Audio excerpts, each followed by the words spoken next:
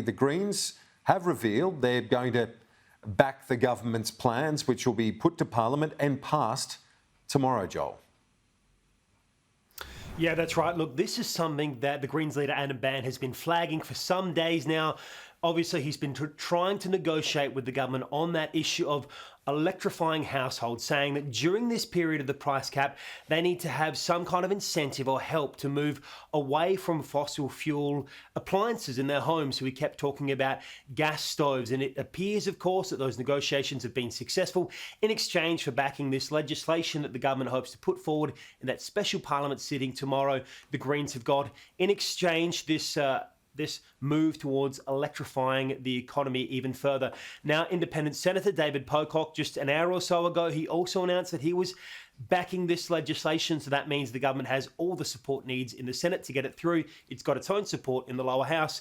And a very similar argument made there by David Pocock, saying this package is needed, but what he wants to see from the government is also a move towards electrification. He mentioned a transition authority to effectively help these communities that are currently dependent on fossil fuels move towards renewables. Take a listen to his approach.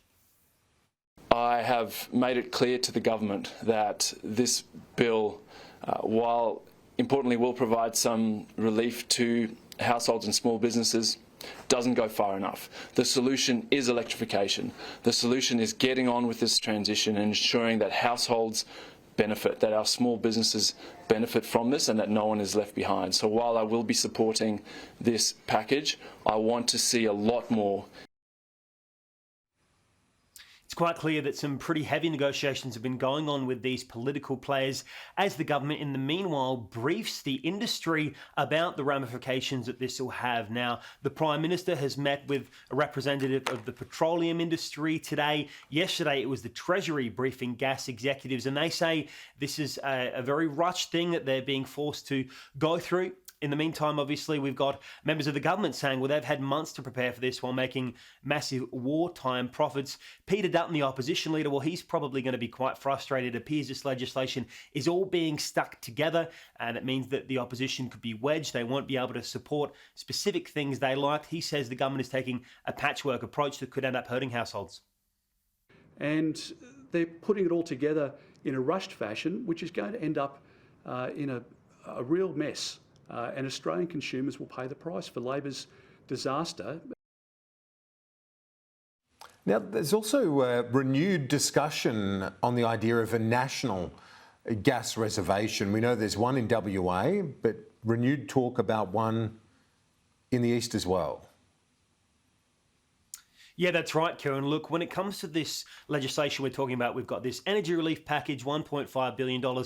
The price caps to last around 12 months perhaps, but beyond that, the government, it appears, is considering on a much longer term solution, which could come in the form of a reservation policy for across the country when it comes to gas.